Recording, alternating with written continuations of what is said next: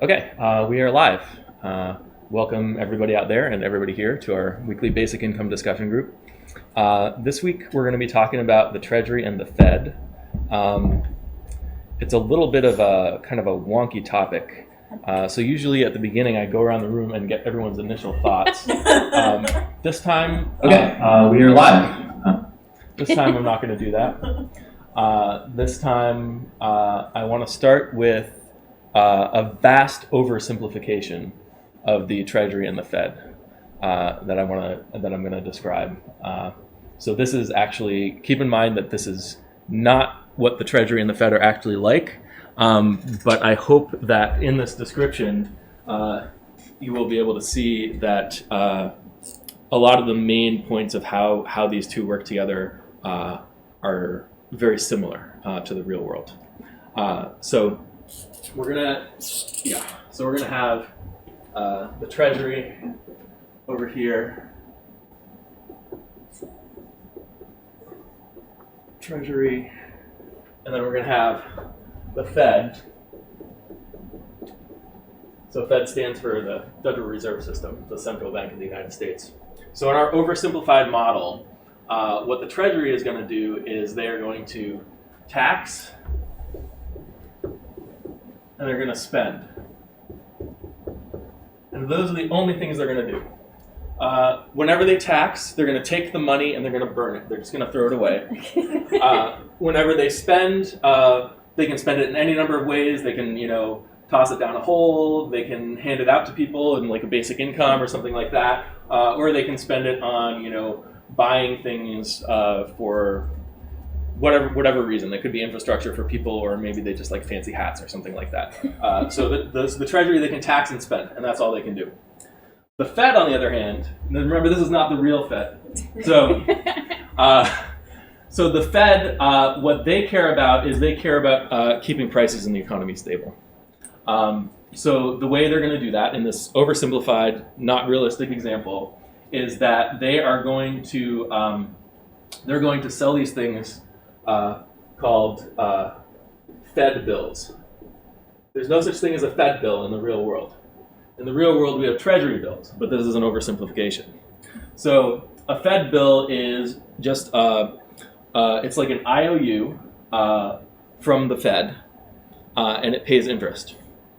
So what they want to do is they want to modulate the amount of spending in the economy. And the way they do that is by modulating the amount of borrowing in the economy. So if the Fed bills pay 5% interest, for example, no one out there in the economy is going to lend to Jared for anything less than 5%, because why would they when they know they can get 5% interest back from the Fed? So if the Fed wants to tweak interest rates at different maturities, we could say that maybe they have Fed bills which are less than a year, and then they have Fed notes which are 2 to 10 years, and then they have Fed bonds which are anything longer. So if you want to really affect the interest rates on mortgages or long-term stuff like that, you might the Fed might want to start selling more bonds and saying like, okay, well, you're not going to get a mortgage for less than 10% because we're paying 10% on the Fed bonds. So in the real world, there's no such thing as Fed bills, Fed notes, and Fed bonds.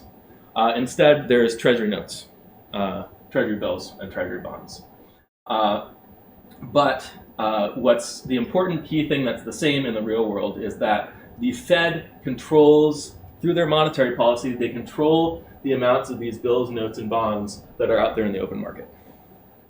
So in the real world, when the Treasury spends, they actually have to either match the taxes to the spending, or if they're spending in excess of the taxes, they have to sell bills, notes, and bonds. They're called Treasury securities out into the open market. And then the Fed looks at interest rates because they want to keep prices stable, and they decide how many of these Treasury securities should actually be there out in the open market, and then that affects if you if you're the Fed and you are selling a bunch of Treasury securities out into the open market, as with anything, if you're selling a bunch of it, that drives the price down. And when it drives the price down, that increases the yield on the security. Does that make sense to you guys? So if I'm buying, so the bill might have a face value of like $100,000.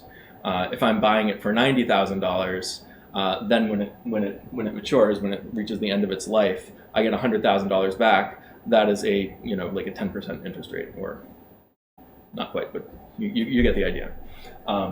So then if they get cheaper, that means the discount is higher, and therefore the interest is higher.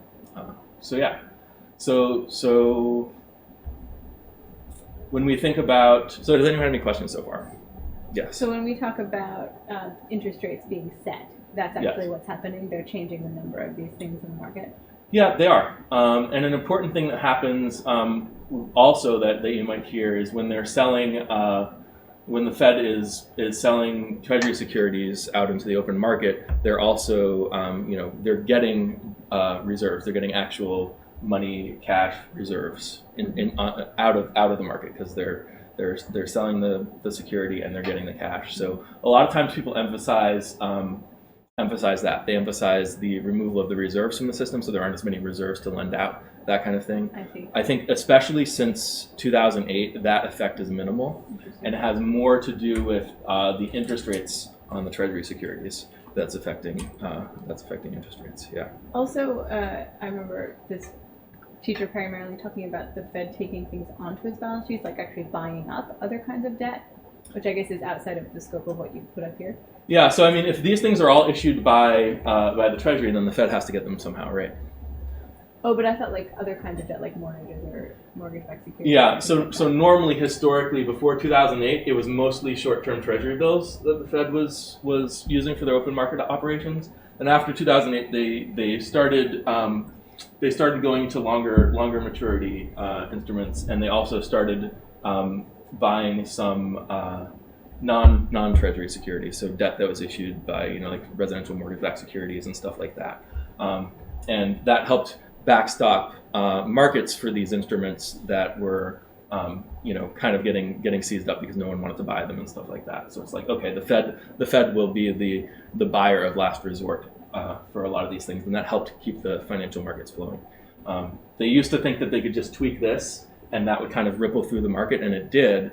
But then things got so kind of out of whack in 2008 that they had to intervene more directly in other assets. Yeah. The one sort of addendum I would make to this is the Fed's goal isn't to make prices stable, it's to make inflation stable. So they actually do want a certain amount of inflation to happen.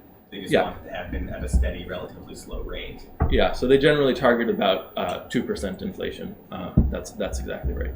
And when I talk about prices being stable, for me, that's kind of like within the realm of but I stable. think that has some interesting connotations, particularly in the realm of UBI, because that is another area where the amount of money somebody's getting doesn't necessarily determine the value of goods that they can get with that. Can you say more? It doesn't have a cost of living assessment or whatever. A COLA. The UBI needs to have a COLA, or else it's... like to be adjusted for inflation. Mm-hmm. Yeah, I mean that's a tricky one. I tend to. That's true. That's not where I was going with that. Oh, okay. Yeah. Do you want to say more? I was just going to say that this is another sort of example of us using kind of artificial incentives to make people work almost for work's sake. This is an example of that? Well, because there's a predetermined inflation rate they're trying to meet, right?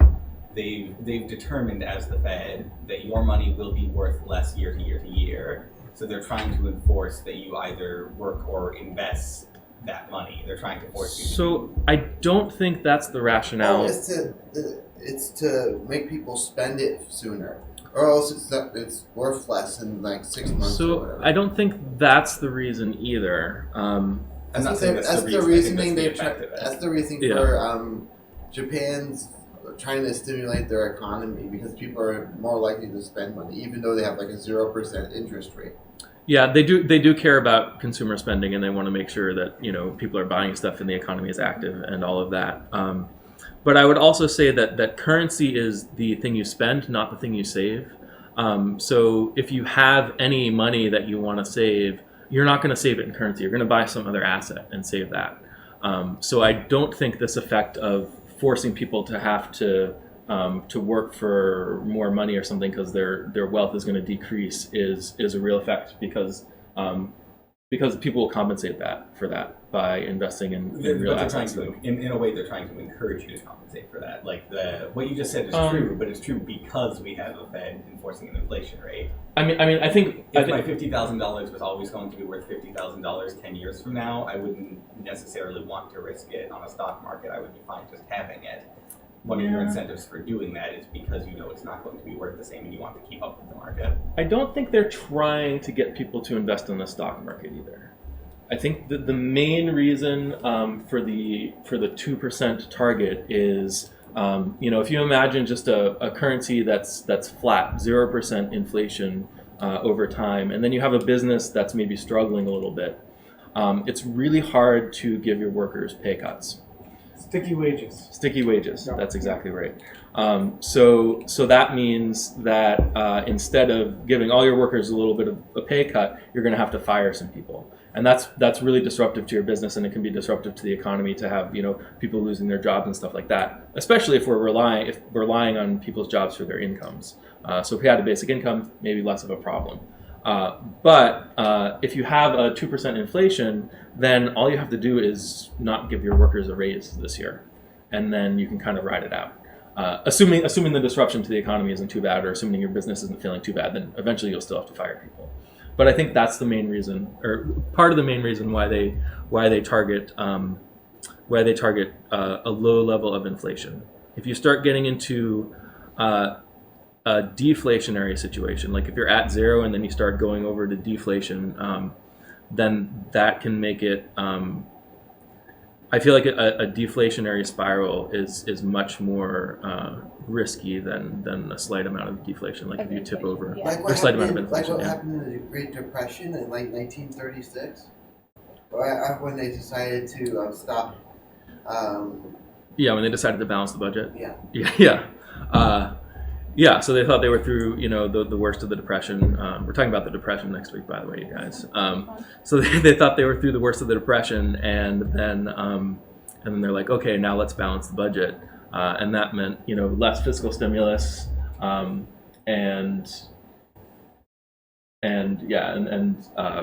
then what ended up happening was they had like a second phase of the depression at that point. And when you have deflation, people start losing their jobs, spending less money, and then businesses have to lower their prices, and then more people lose their jobs, businesses shut down. You kind of this. So is the idea that deflation snowballs in a way that inflation doesn't? Yeah, you can get inflation to snowball if you've heard of Right, hyperinflation. of course. Yeah. But really, currency increasing a little bit in value is consistent with, you do want people to spend currency. So it's decreasing a little bit. Or sorry, Yeah. prices are increasing. If currency is decreasing in value, you do want people to spend it. Whereas if it's increasing at all, that creates this incentive to save the money itself and spend it less, and then it kind of feeds into itself. Mm-hmm. Yeah. So I think that's the main reason why they target, and the sticky wages is the main thing. I mean, obviously, if everybody is planning for 2% inflation all the time, and if everyone's planning for 2% deflation all the time, then it's not going to be disruptive. But there are these psychological issues, like people tend to think of, $10 is $10, and losing a nominal amount of money it has a different psychological effect than losing a real amount of money, even if you're getting paid the same nominal amount. Yeah. So are you suggesting people's that the behavior. existence of the Fed, or at least the goal of maintaining inflation, is based strictly on psychology and not on economics? Well, I would say that it's based on economics, but the economics has to take psychology into account, and that includes the sticky wages and all of that. Yeah. Interesting. I haven't heard that before, and I'm not sure that the people who work at the Fed would agree with you on that. They would. they definitely talk about this stuff. Yeah, but I mean, yeah. So the main purpose of the Fed is to keep prices stable. And if we talk about basic income, if we have our simple example here, where the Treasury is spending money into the economy, the Fed can prevent inflation only so far as consumer spending is still it's still commensurate with whatever the productive capacity of the economy is. If consumer spending ever exceeds if people are spending more money than what they can buy with the money, you're going to get inflation until that inflation brings consumer purchasing power back down to the level that the economy can sustain. Yeah. I feel like we haven't talked about yet how the Fed influences spending. So you said that one of its main mandates is to keep prices, or to keep prices stable, to target a little bit of inflation. But can you draw the connection more clearly between these different? So a lot of the spending in the economy is funded by borrowing. So that includes consumer borrowing, credit cards, mortgages, that kind of thing. And it also includes businesses are able to borrow when interest rates are lower. And when businesses are able to borrow, they're able to exist. They're able to be businesses. They're able to hire people, that kind of thing. So a lot of consumer spending is funded either directly or indirectly through borrowing. So when the Fed raises interest rates by selling Treasury securities into the market, that makes it harder for people to borrow. So it reduces the amount of spending. Also, when interest rates are low, businesses that shouldn't exist are able to exist, and that creates BS jobs, and that. Yeah. So I mean, if you've ever heard of like zombie companies and stuff like that, like you see that in Japan and China. And China, yeah, and let's be honest, America too.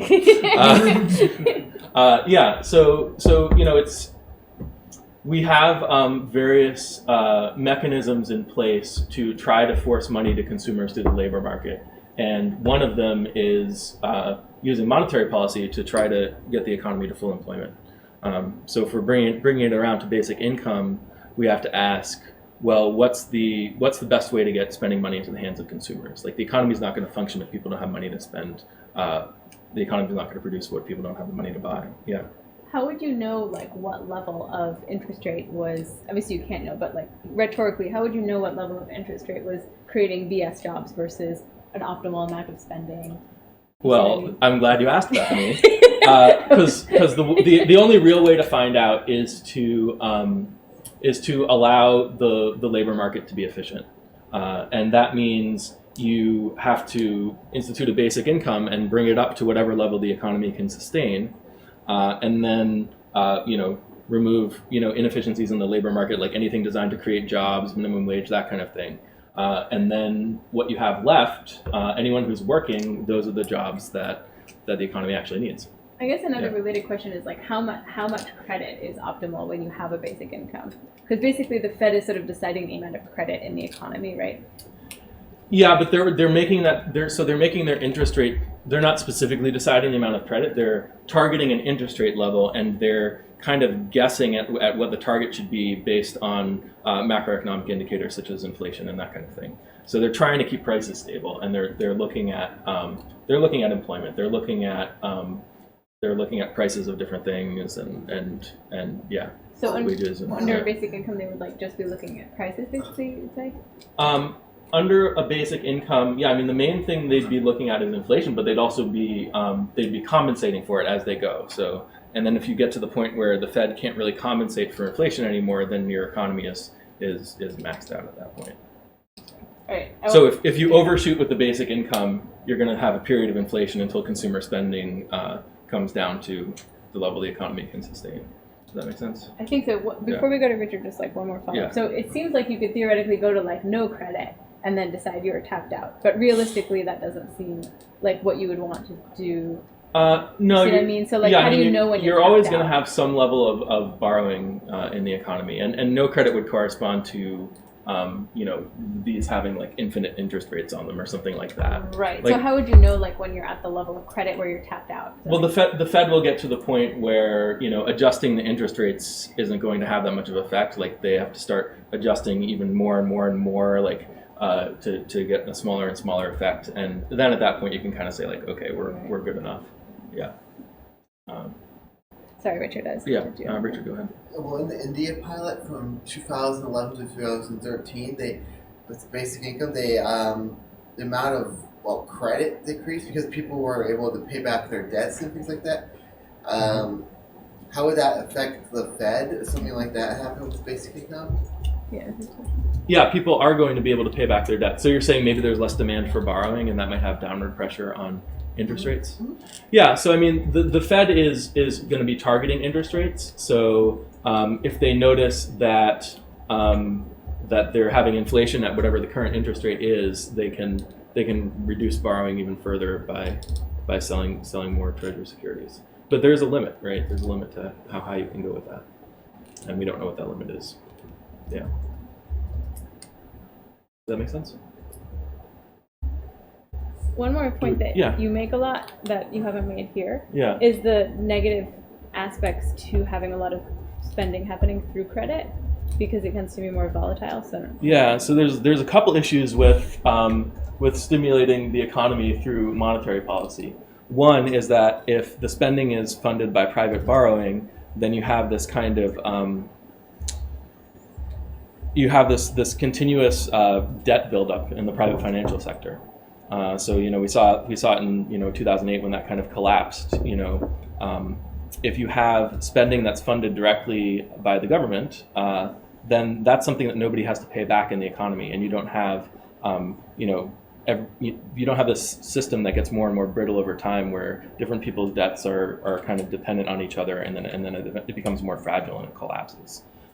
So I think that's a huge aspect of this. And then the other, do you want to say something? Oh, I was just saying, like debt spending bubbles can happen in the public sector too. It's maybe more stable, but it depends what you mean. You have if you're the government, you have basically if one borrower, as it were, and if the government defaults, what the default looks like isn't that they're going to not make a payment. What it looks like is inflation. So that's what I was talking about. Right, but that's where you get into like Africa and cycles. Like with Africa in the 70s and with during Reaganomics or whatever, with the loans that Africa took out didn't have were fixed. They were fluctuated or whatever, and so with Volcker and whatever, they rose up to like 10% or something, so that they became the debts kept like compounding, and they were unable to pay it off, and that's why they're so much in debt today. Yeah, I mean that makes sense. If you've got high interest rates, then yeah.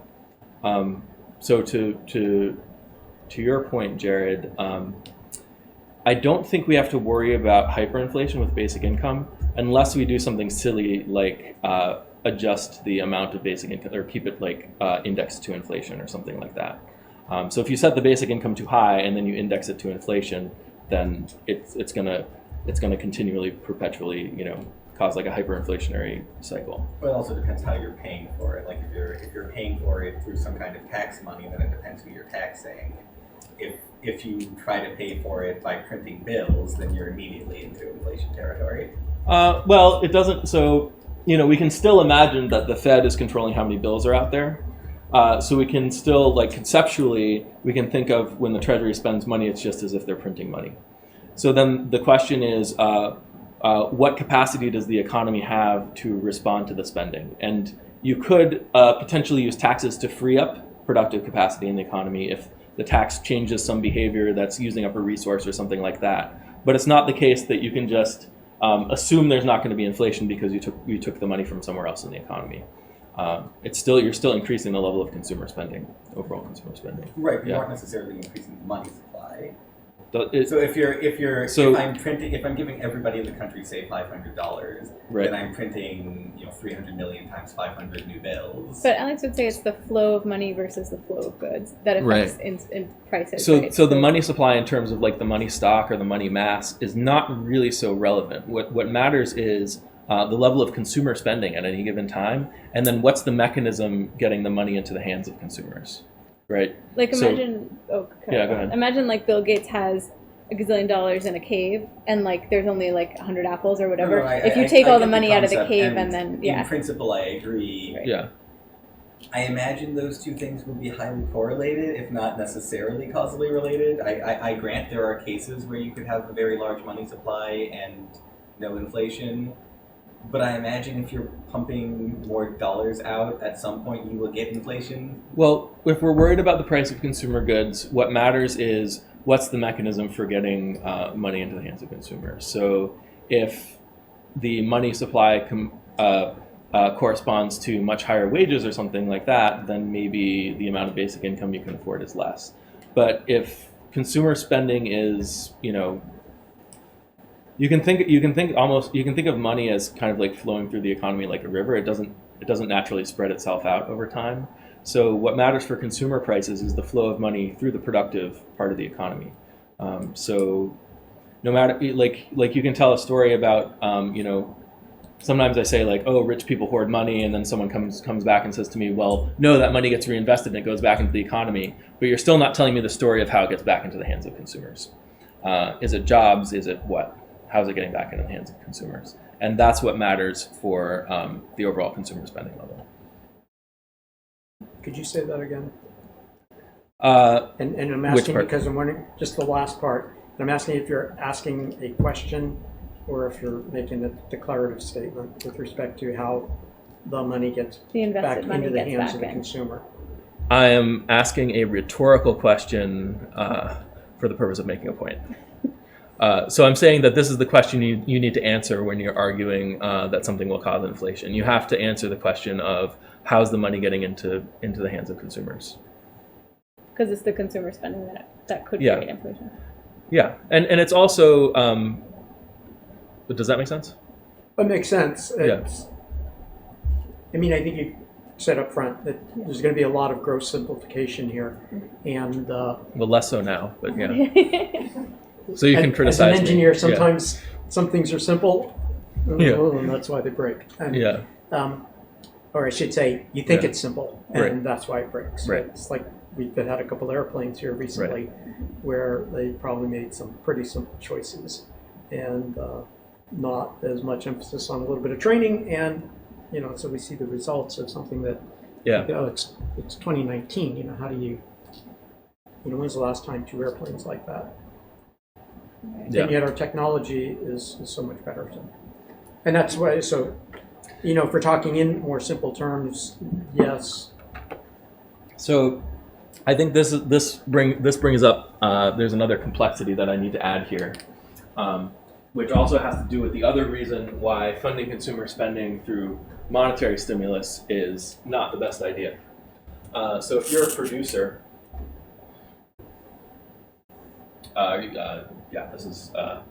this is price and this is quantity. If you guys have ever seen any economics, and I'm going to be lazy here, and this is your supply curve, or that's your cost curve there. So your costs aren't going up as you produce a higher quantity. So we're talking about the producer here, and if we imagine that the demand curve is like this, then there's only one price that's most. So we're imagining a world with no competition. This is either a monopoly producer or whatever. It's the most profitable price to sell their product is going to be the one that maximizes the area of this rectangle. And if this is a 45-degree line, that's going to be a square. So now, if you extrapolate that to the whole, economy. So this is like aggregate goods, aggregate producers, and everything.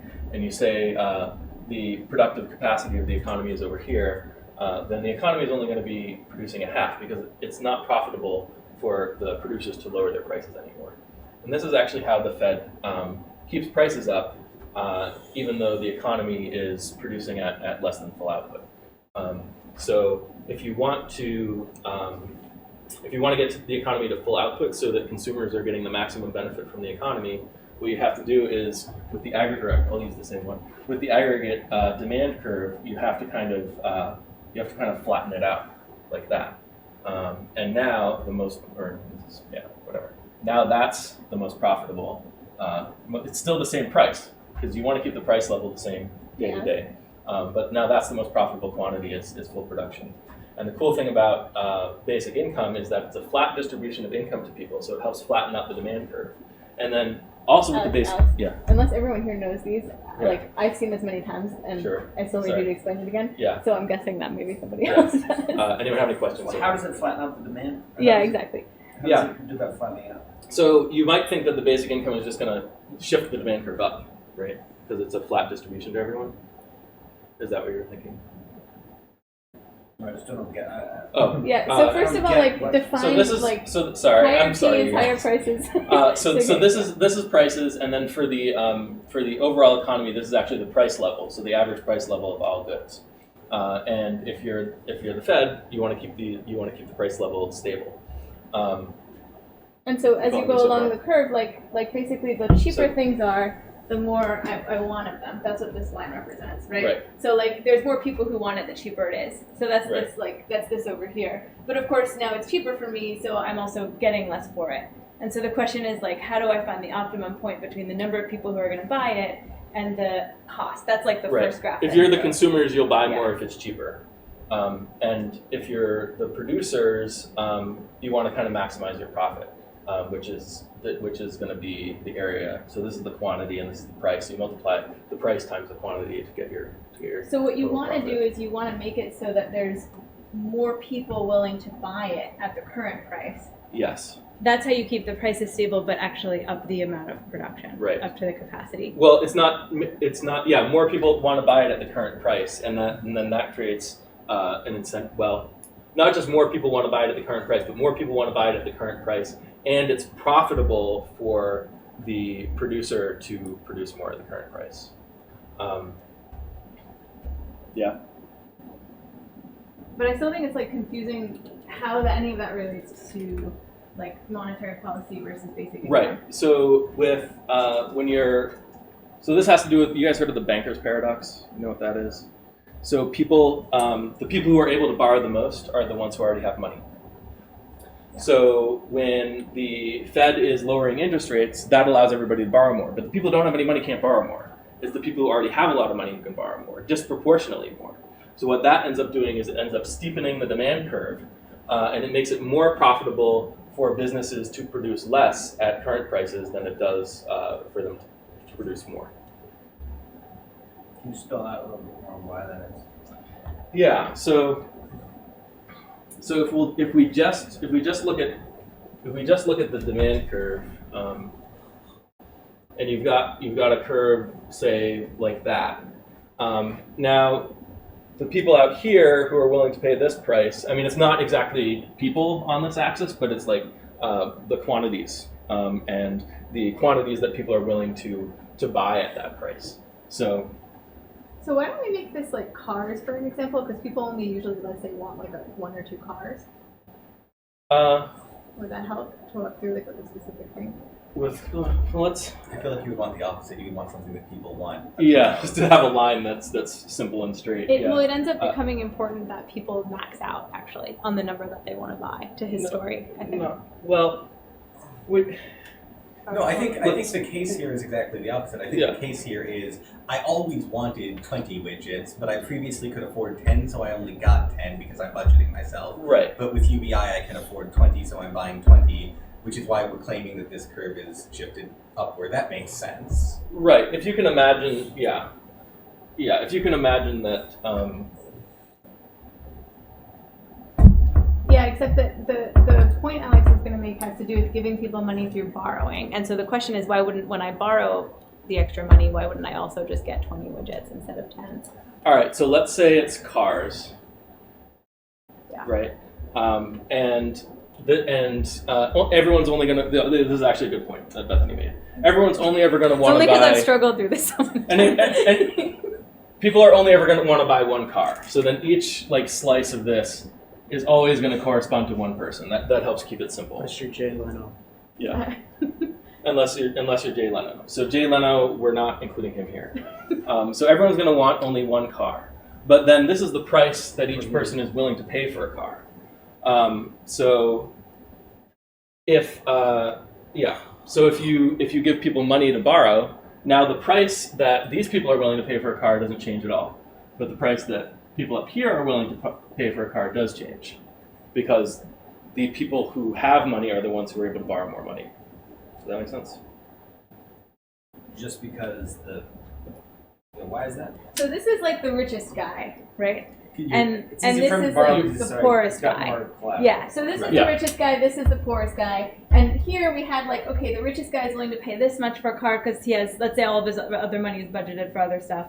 And this guy is willing to pay this much, and the poorest guy can pay this much, and so on. Right. And now if you give basically just these people more money, and like the richer they are, the more money you give them, which is kind of what borrowing is like. Now the richest guy can pay like a lot more for a car because he has more money, right? But the poorest people haven't gotten any of this money, so they're the same. They like And still if you can't look, pay it. if you look at what's profitable for the car manufacturer, it used to be this square was maximizing his profit, but now this has gotten a lot taller. So maybe it's profitable for him to raise his price up to here, but to reduce his quantity down to here. So now fewer people are getting cars. So what that could look like in the real world is Right. like investing in luxury cars, making the cars more expensive, but competing on dimensions other than price, like fanciness or features or costly signaling or Sure. whatever. Yeah. Yeah, exactly. But you're still kind of using up roughly the same resources, and you're finding an excuse to pay more. So Yeah. one thing that I noticed in Yeah. your first graph, or I guess it applies to either, Yeah. you started with this assumption that your supply curve was flat, Yeah. which is a simplifying assumption, fair enough. Typically, supply curves are not flat. Typically, you would expect to see it curve upward because I would No, expect this is actually not true in real life for most markets. Something like 89% of businesses have a cost curve that is either flat or downward sloping, and that's due to returns to scale. And this is part of the reason we know we can afford more consumer spending, and we know the economy has capacity for more production. If we were starting to come up against the resource limits of the economy, then you would start to see, businesses reporting that if they had to produce more, they'd have to raise their prices, stuff like that. Yeah. So I think this is one of the things that like Econ 101 textbooks get wrong. Like they have the demand and the supply curve go like that, and then you have like a price equilibrium that is reached through competition and stuff like that. I don't think that's realistic in the real world for most markets. There are some markets for where it is like that, like oil is, and that's a common one they use in the textbooks. That like the more people are willing to pay for oil, the more expensive oil extraction they'll bring online. And that kind of stuff. It's not about what people are willing to pay. The concept of the upward sloping supply curve is that the more I think I can make for the oil, the more I'm going to try to produce, right? My business will expand to the value of the goods. But that doesn't make sense, because your business is always going to want to produce the maximum amount that's profitable anyway. It's not like I could have been producing 20 units, but I'm only producing 10 units. If the 20 units would have been more profitable at the same price, if it's still a profit, I'm going to produce the full 20 units. Just because the demand went up or the price went up isn't like some reason to produce more. You're always trying to produce as much as you can for your profit. Right. Can we get back before we lose the thread to like, because like we just talked through the example of like if you add money to the richest people, maybe you could contrast it with the. So let's before we talk. Sorry, it's just because we're in the middle of that. So now let's so here the price increased.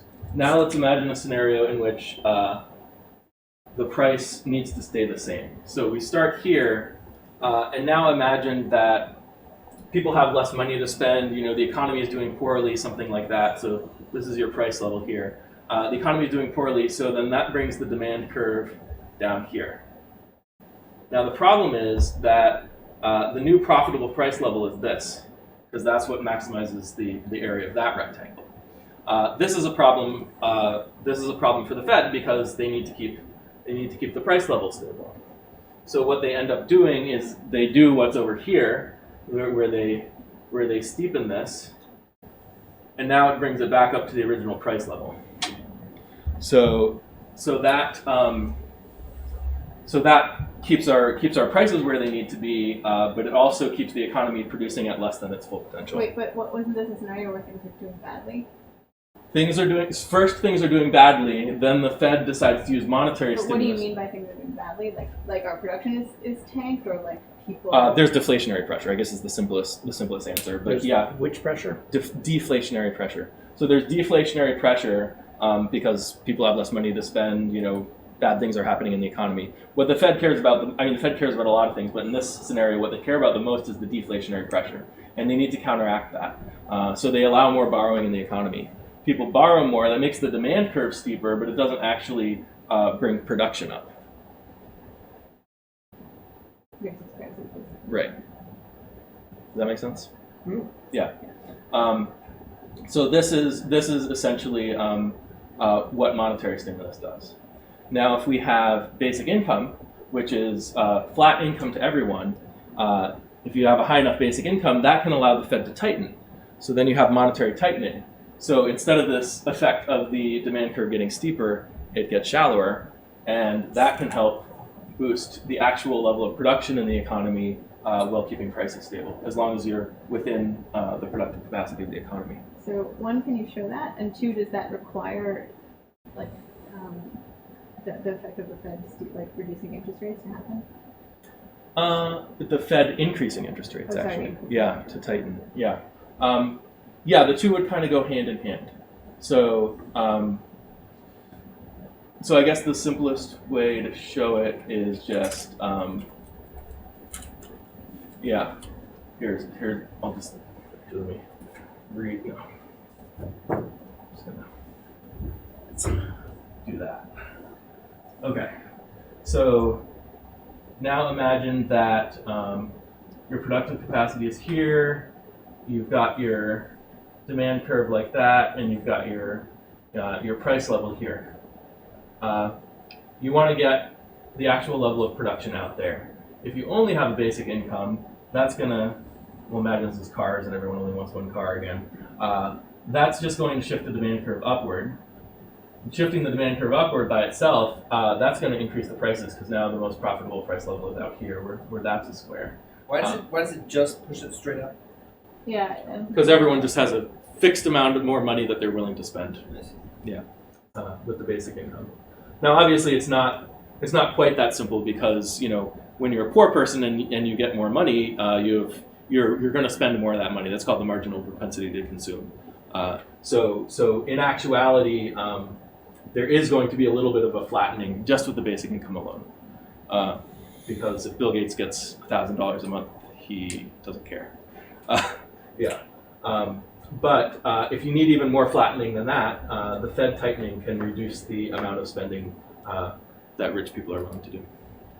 Yeah, and then you get your economy at full output. Because it makes borrowing for them more expensive. Yeah.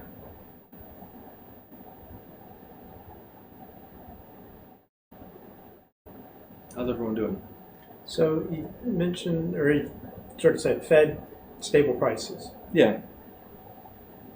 What is the Fed's motivations with respect to employment levels or unemployment levels, whichever side you want to look at? Yeah, so that's interesting because they have a dual mandate, which is stable prices and full employment. So the question is, what happens if those two things come into conflict with each other?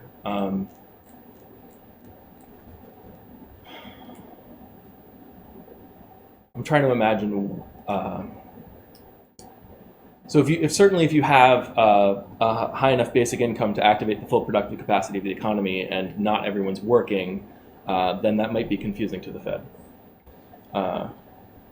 So you'd have, if they're trying for stable prices, they might be able to achieve that, but people just aren't working. My hope is that in a world with a basic income where that's normal, the Fed is going to drop the full employment part of their mandate, because forcing people to work is not efficient if you don't need them to work to maximize your economy's level of production.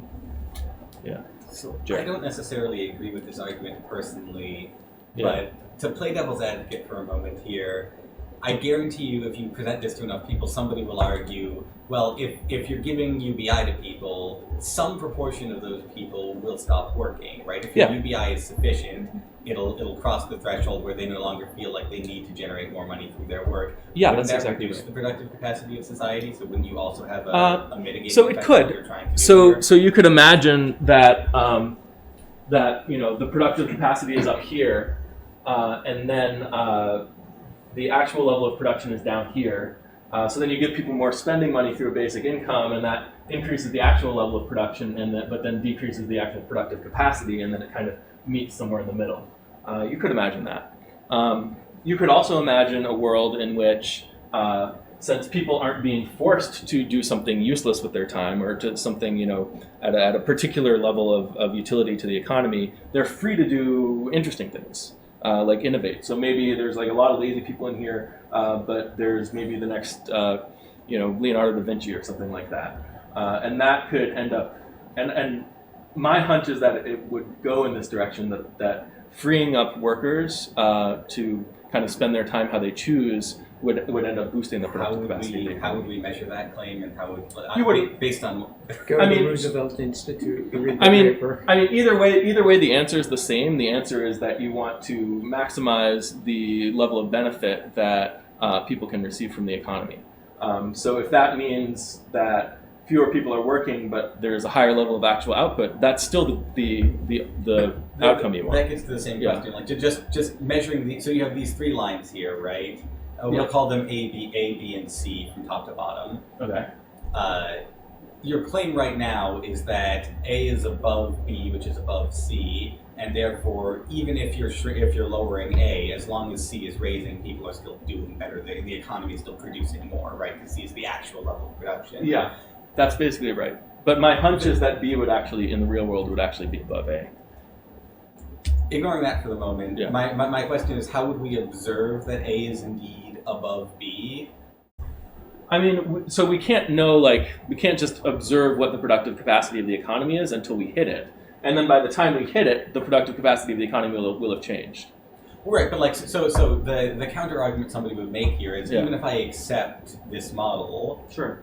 depending on what the initial position of those lines are and depending on what the shocks are, you could get an effect where C is above A, I guess if C is the actual production, it can't be above A, where the level of C. How would you know Correct. if we're already at productive Wait. capacity? Is that the question? Sorry. you could get a level where the demand for production, if you will, raises above the capacity for production as a result of you lowering the capacity for production, lowering A. Right. This is if you overshoot the basic income. Yeah. That. So then we'd have a period of inflation until the level of consumer spending falls back in line with what the economy can produce for people. Because the income you're giving them is effectively worth less. It's The inflation will bring the consumer purchasing power back down because the value of the basic income. So this could be an decreases. argument for starting small and gradually increasing the basic Right. income rather than starting really high and then seeing what happens. And it's also an argument for if you do overshoot, then eventually you're still going to end up with the optimal basic income level. It's just going to be at a new price level in the economy. Don't worry, man. I would say we shouldn't try to overshoot. I think that's not optimal. Well, also depending on how much you overshoot, 2% Yeah. a year might not be nearly enough. To, Well, no, I think you'd see a lot more inflation. So the 2% a year is just it's just what they said. they're Yeah. targeting They it. can't do anything. The inflation that you'd see from a basic income overshoot, that would just be temporary until the value of the dollar corresponds with what the economy is actually capable of producing. But you remind me of an important point here, which is that there's another tool in our disposal if we overshoot, which is to reduce consumer spending through debt, right? And so you could see some of that happening. If we overshoot, presumably we've gone past the limits of Fed tightening. Because the whole point of getting it exactly right is getting exactly to the limits of Fed tightening. So you wouldn't be able to, you wouldn't be able to reduce But what borrowing I'm trying anymore. to say is couldn't you have the same amount of production and just more is funded through basic income and less is funded through credit, and you haven't changed production at all? Couldn't that be an outcome of a basic income too? Oh, so you get to the point where if you increase the basic income incrementally, it starts not having an effect on output anymore, and you might see that before you see inflation. Is that what you're saying? Yeah, I guess all I'm saying is like there's also like a fair amount of production funded by debt right now. That Right. basic income could theoretically replace that debt without changing the production at all. So that's something that it could do even if you're already at. Like, your I think limit. we'd probably be most of the way there once we reach the limit, because I'm kind of defining the limit to be like the point where you start having inflation, right? But No, I'm not. I think the limit is defined by He's talking about the limit of distance production, between not the CNA. limit. Sorry, I meant the limit of production, not the limit of the income. yeah. So the limit of production, let's assume we're already at the limit of production now even. Like, I know you don't think that's true, but like, Right. let's imagine just a world where you're already producing like as much as you can, but otherwise things are the same. Like, some of that production is being funded by money that's borrowed. Like, I'm borrowing money and I'm spending it on that. So you could Yeah. theoretically replace that borrow spending, like credit card spending could be replaced by basic income spending. And without changing production to some extent. Yeah, right? if you imagined a world in which the borrowing the level of borrowing in the private economy wasn't somehow causing this effect where we were underproducing, then you could simply substitute the money that's funded by borrowing in the private financial sector with money that's funded by basic income. Right. And that Yeah. in and of itself could be valuable in that it's less volatile and like people aren't going personally into debt and things like that as much. Yeah, I mean, this is one of the big things about basic income is it reduces the need for so much growth in Wall Street and the private financial sector. It eliminates, if you have a high enough basic income that's calibrated to the productive capacity of the economy, it's going to eliminate, the kind of credit bubbles and business cycle that we see. Yeah. So that's, I think, relevant to these lines of discussion too. Yeah. Should we So go I'm going to to sit down now. Yeah. Anyone have any thoughts? We can start getting into the article.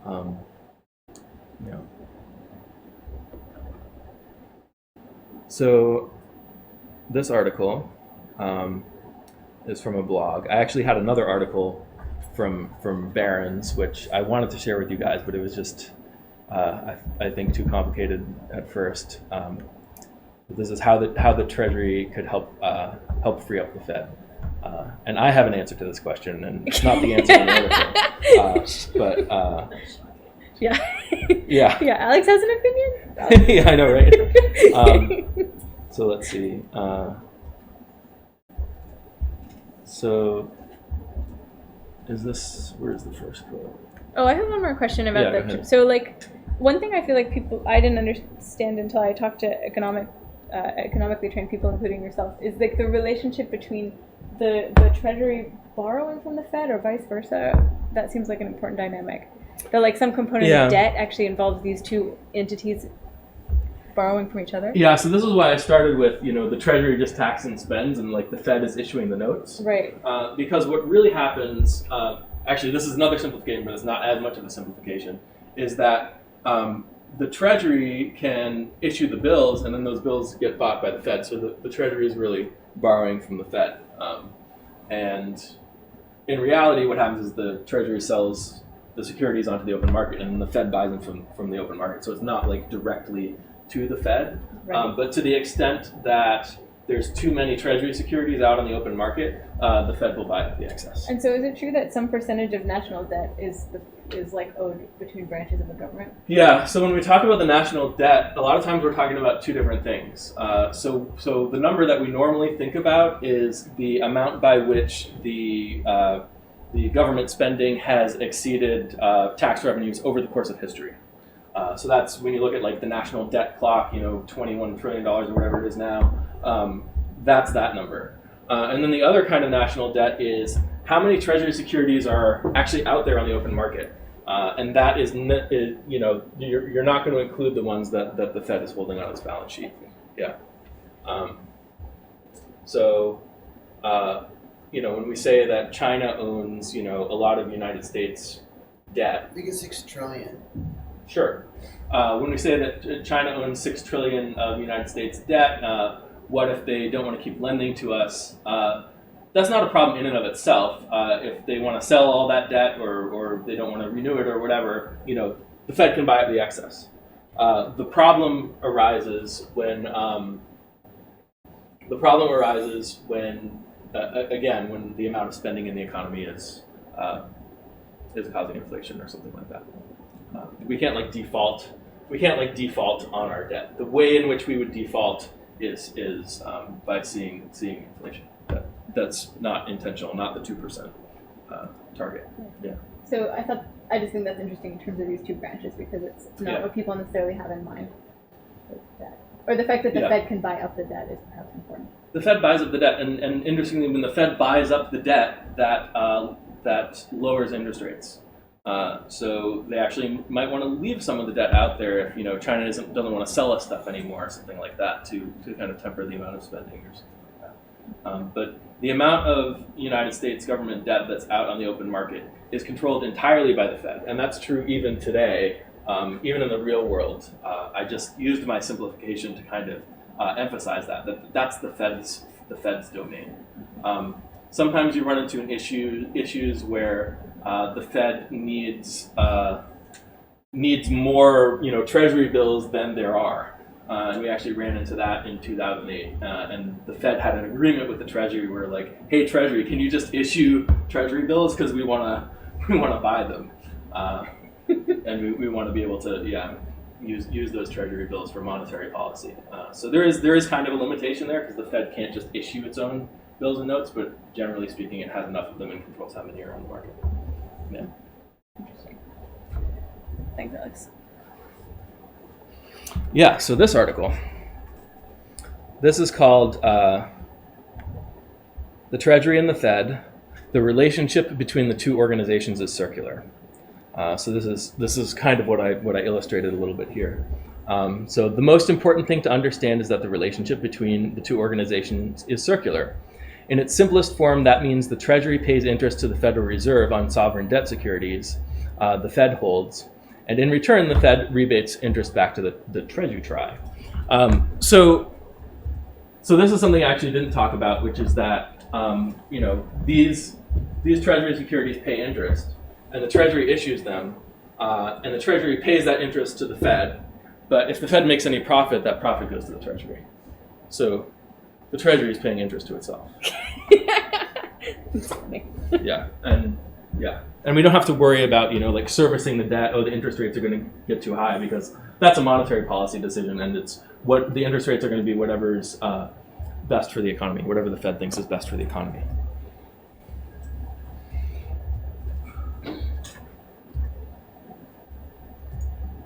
Following that? Yep. Everyone good? I like the next sentence too. The next sentence. Just emphasizing that it's often misunderstood. This is the single most misunderstood point about the relationship, and it may sound nonsensical at first glance, but it's not. And we should just apply that sentence to everything I've said tonight. Yeah. Let's go on to another one. Wait, before we go on, I guess I'm kind of curious, what people already knew or thought about the way that this kind of relationship worked, or the way that this debt worked. I don't really know who's in the room or what people already knew. I didn't know much about this. Since we didn't go around at the beginning, do we want to go around and get thoughts from everyone? Yeah, that sounds good. Or Bethany, you want to start?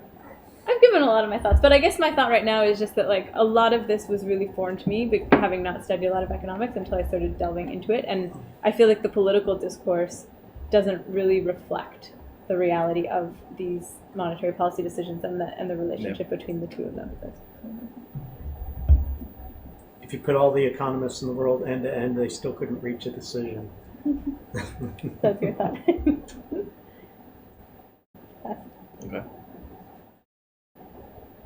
Yeah, I feel like I'm starting to get a little bit better.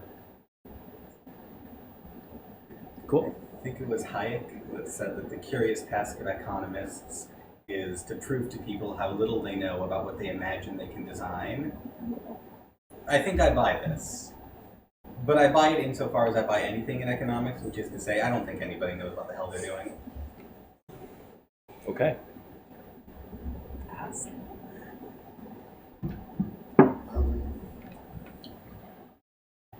Well, I think that all economics is just a means to justify someone's ideology, and then it doesn't actually mean anything. But in Alex's case, his ideology came from studying economics. I can attest. I've known him for a long time. Sort of. And then back and forth after that. Yeah. It's a circular. It's a circular relationship. Just exactly. like the Treasury and the Just Fed. like the Treasury and the Yeah. Fed. Basic Yeah. income and Alex's Yeah. interest in basic income. Okay. Any thoughts, Steve? Well, I didn't have any training in this, so this is all been education. I did know that this is all human invention, so it can really be whatever sort of fiction works for everyone. Yeah, I think that's right within some constraints. And I liked Bethany, your point that the politics doesn't really reflect a lot of this, and because of that, the laws don't too. So there's a lot of restrictions on what the government can do. Like if you're not if you're Congress and you have a spending proposal and it's not revenue neutral, that's a lot harder to make happen. That kind of thing. They're really trying to balance the budget, and that's reflected in the rules and regulations as well. Yeah. And I guess I also just found even the concern about debt, Yeah. like the fear around it as if it reflects, not that there's nothing to be afraid of, but like as if it reflects personal debt. Like what it would be like for me, Bethany, to go into a lot of debt. I feel like people just project that onto something that really is just, the word almost is more confusing. To use the same word is almost more confusing than not. Yeah. To say debt, because it's like a very different thing. I like to use the analogy of mortgages a little bit, because mortgages are a kind of debt that people usually feel really comfortable going into. So you buy a house. Well, I mean, it depends, but you buy a house and you have this mortgage that goes along with it, and that's just kind of like a natural, normal thing. And I think when people think about that, like, oh yeah, this is a form of debt that you don't have to feel bad about having. It's actually a positive thing. That I feel kind like of thing. that's still kind of Yeah. misleading though, because it's not still exactly something the same thing. like it's. I mean, even this is interesting, but you could say like, for example, China owns debt or China is invested in the United States. Wouldn't that be like a similar thing? And even that doesn't like quite capture it. Yeah. But it also gets more complicated when we start talking about international monetary policy, because Right. the value of the US dollar isn't 100% decided by the United States. Mhm. Like our money has value in other countries, Right. Right. and that affects what we can purchase and sell to other countries. Right. Right. In a way, the faith of the world in the US dollar determines its value just as much as the Fed can. Yeah. So that's part of it. I think the Fed is focused on domestic purchasing power. So they don't care. Their charter is about that, yes. Yeah. I'm just saying that it doesn't, like, they aren't the only agent in control of the inflation rate of the US dollar. Right. If you're talking about like appreciation and depreciation relative to other currencies and that kind of thing. Is that what you mean? Yeah. Yeah. So I mean, you could imagine a scenario in which China doesn't want to sell us cheap goods anymore, and it starts to get expensive to import stuff from China, and because that's such a huge part of our consumption, the Fed is gonna notice that and respond appropriately, or maybe we'd see more activation of domestic production, that kind of thing. But the Fed is mainly concerned with domestic prices, and the foreign exchange markets are, if you're a smaller, country with a weaker currency, a lot of times you're pegging to one of the major currencies. But we're in kind of this unique position where we're the world's reserve currency, and we can lose that. We can lose that position, which I think is what you're getting at a little bit. But again, what matters the most to anyone's citizens is that people have a standard unit of value in terms of which to reconcile prices and make payments. Yeah. Cool. Yeah, to think in terms of. Yeah. Okay. You guys ready for another quote? Another what? Another quote? Sorry, I was. The article. Yeah. So within the private capital markets, those treasuries that have been removed from circulation in this fashion, so I guess they're talking about the Federal Reserve buying up treasuries. Treasuries is just short for Treasury securities, so it's not like we have more than one department of the Treasury, and people are not buying them.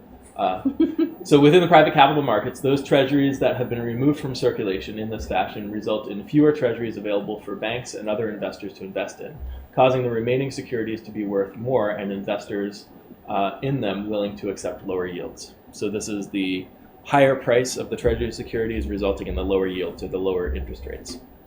That's basically what they're saying. And so then people are more willing to do like other kinds of borrowing at those at like slightly different interest rates, right? Yeah, it means whatever the interest rate is on you know you're going to get paid if you lend to the Treasury. So you're not going to lend to anyone for lower than the rate you would get on Treasuries. So if they lower the rate of Treasuries, that opens up. That's what you're saying. Yeah. It opens up more borrowing opportunities. So now my mortgage doesn't have to have as high of a percentage rate, or my credit card Yep. debt, or whatever. Right? Yep, that's exactly right. And actually, interestingly enough, when the Fed targets interest rates, the number that they give is not the number on Treasury securities. It's the rate that banks borrow money from each other, borrow reserves from each other on kind of an overnight basis. And there's some debate these days as to how useful that number is to target, because it's kind of divorced from a lot of what's actually happening in the economy. Yeah. And well, one of the things they do now since 2008 is the Fed is actually paying interest on reserves that banks are holding directly. So instead of them having to buy Treasury securities and gain interest on that, it's like this is almost like having a Fed security. Like the reserves in the bank are being paid interest directly by the Fed. It's kind of a sort of an equivalent to what you would have had before with Treasury securities. So it's more like my oversimplified example than it was before 2008. Yeah.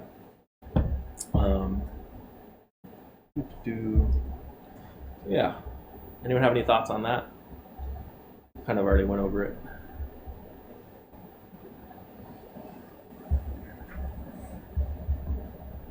Nick, you look like you're thinking. No? Okay.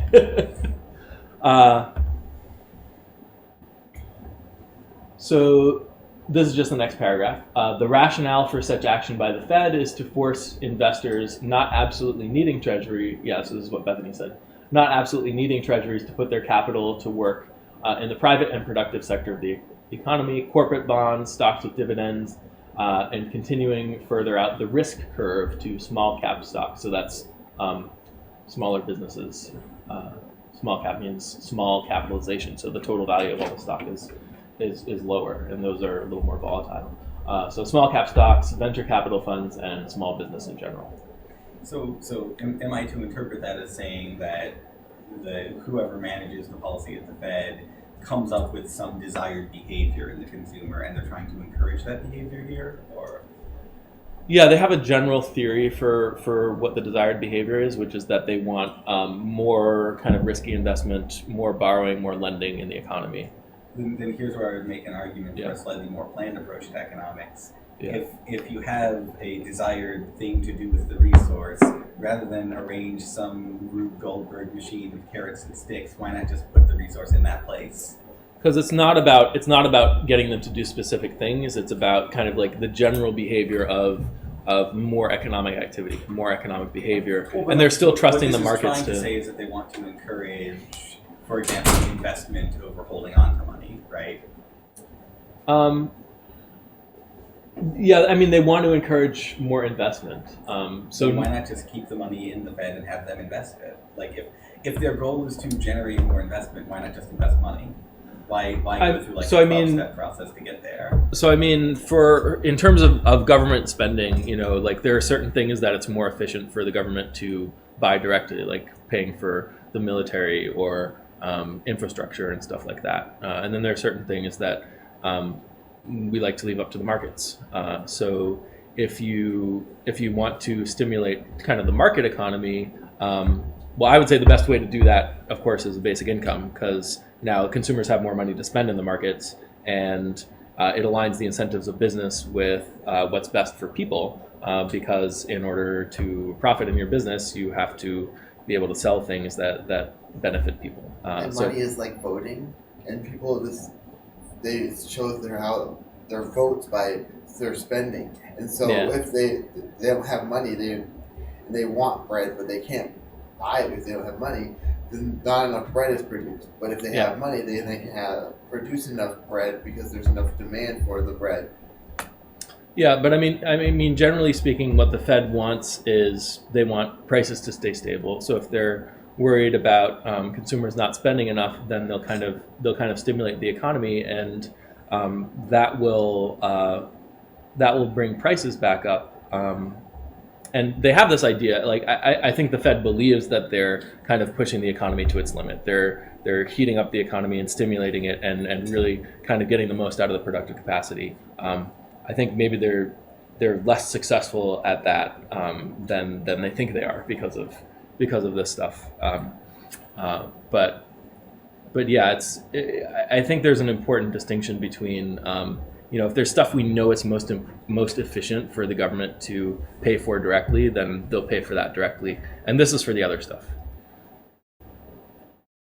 I guess why would we think that there is other stuff? Because I mean, there's kind of like this Darwinian process in the market, right? Even individual businesses aren't going to, like, they might be sure of their own plan or something like that, but they can't factor in every single variable. And No, I completely agree. I think I know where you're going with this. Yes, there is a Darwinian process that is in some sense evolving towards a more efficient economy. Sure. Yeah. I think my argument there is Darwinian evolution is unbelievably slow, inefficient, and terrible.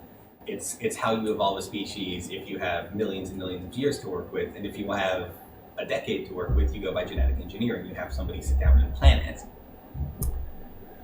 I don't know, would you agree with that, might Bethany? consider reading. It's called Radical Markets, and simply stated, it looks at a free market economy versus a planned economy from a perspective of how much computational power would you have to go from a market economy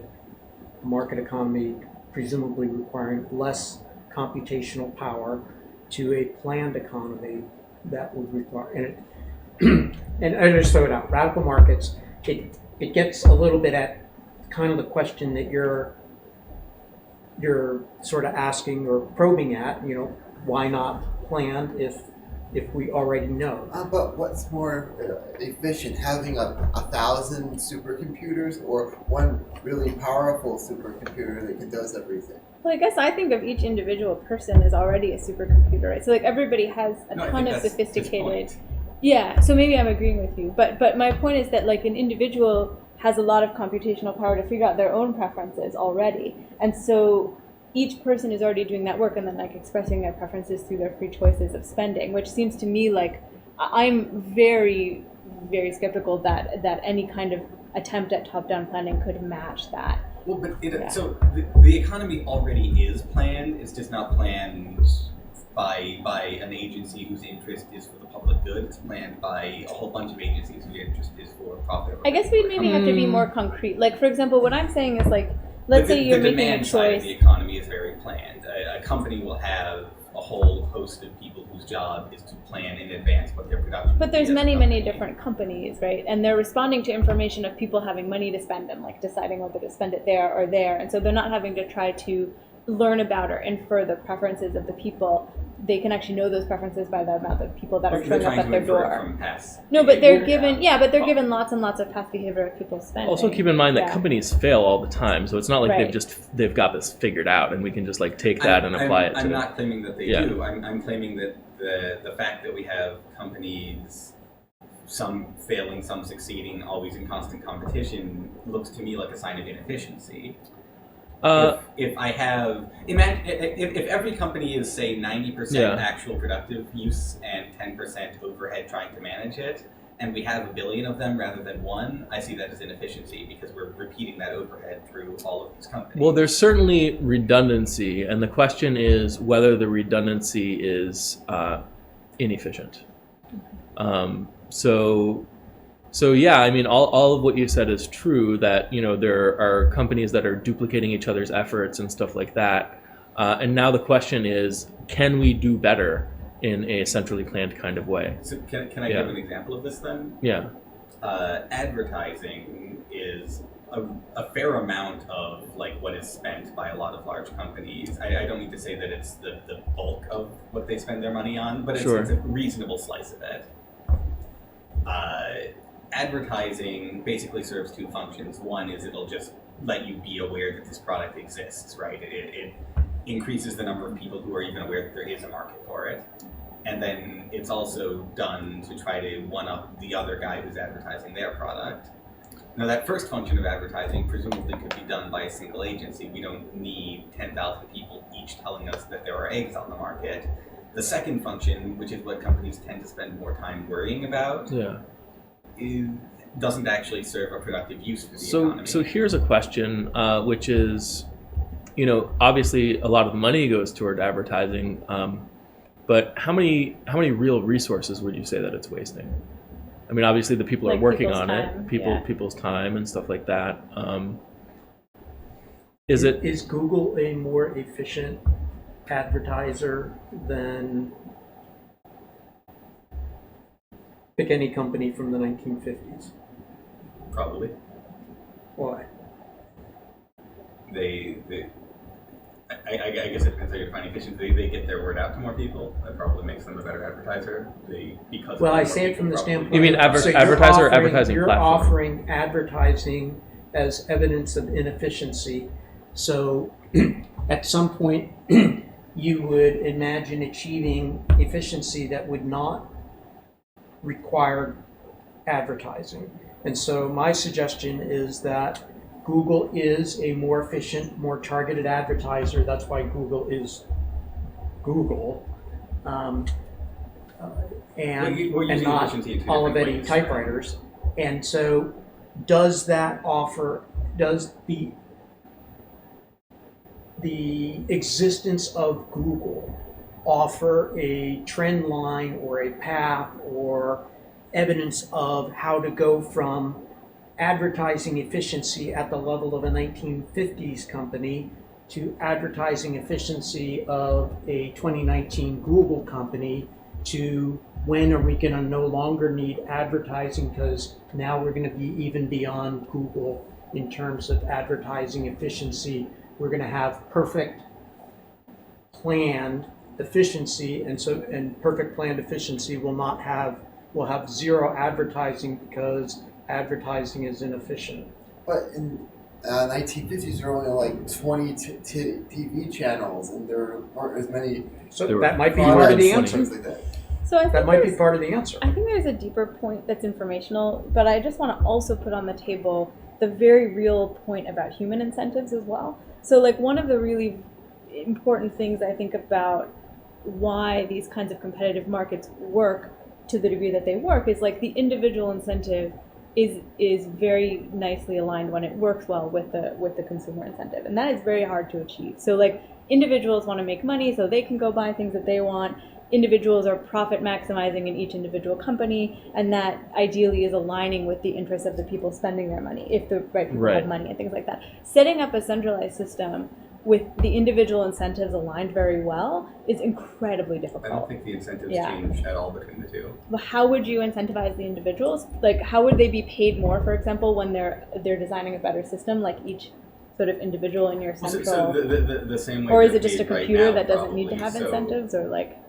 Yeah. Well, no. So if you're like a data scientist who's coming up with the correct price for toothbrushes for whatever company you work for, your incentive, for the most part, is that it's your job. You're being rewarded to do your job. Right, but there's at least, so there's inefficiencies within the companies, partly because of this too. But at least it's divided into smaller chunks, and at least the overall company is incentivized to make more money or less, and like to some degree that trickles down. And like the bigger the chunk, I would guess, the harder it is to align everybody's individual incentives within that chunk. So if it's one chunk full of people, it's going to be, I would imagine, as someone who studies human incentives, really difficult. I'm not understanding what you mean. So like if you have like one company with 3 people, let's say but one company with 1 person, you're just one guy.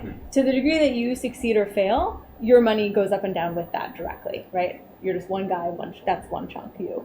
Ah, Okay. Now you understand? Now there's 5 chunks. Now there's 5, like there's one chunk with 5 people. Now, okay, it's going to be a little bit harder to align everybody's individual incentive to do their job with the success of the company succeeding or failing. A little bit harder, right? Now you make it 100 people, probably way harder. Now you make it, a million people, because it's one government entity full of people who are trying to like plan everything. It's going to be really hard. It's not and it's not just the number of people. It's also that the business's job is to maximize its own profit, whereas the government's job is to maximize everybody else's profit, to maximize. So it doesn't even really have the incentive except through the voting system, which is itself really difficult. Right. And so like now you've got like this other layer of incentive If problem. we're critiquing the voting system at that point, are you just abandoning the idea of democracy? No, I think the or? voting system is good, but I think it's less efficient in some ways at aligning incentives than this. You need it. You absolutely need it. Like I'm not saying that you can not have that, but I'm trying to point out some of and I almost didn't want to make this point because I think there's a better point about like the information you're not capturing, but I also think that